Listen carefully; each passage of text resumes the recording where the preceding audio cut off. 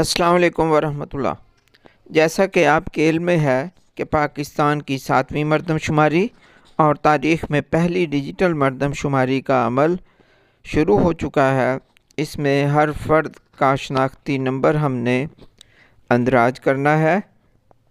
वो तमाम अफराद जिनकी उम्र 18 साल से ज़ायद है और उनका कौमी शनाख्ती कार्ड बन चुका है, तो उनके कौमी शनाख्ती कार्ड का अंदराज करना है। वो तमाम बच्चे जो भी 18 साल की उम्र को नहीं पहुँचे लेकिन उनका बे फार्म बना हुआ है, तो बे फार्म की option CRC child registration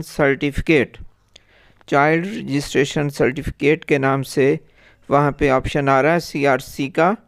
CRC को प्रेस करेंगे और फिर बच्चे का या बच्ची का बे फार्म दर्ज करेंगे।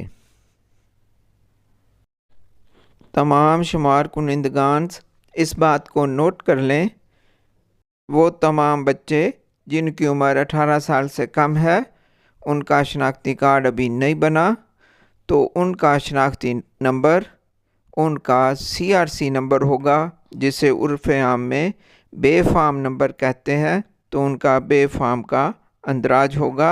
अल्लाह ताला हम सब का हामी और नासिर हो। खुदा हाफिज़।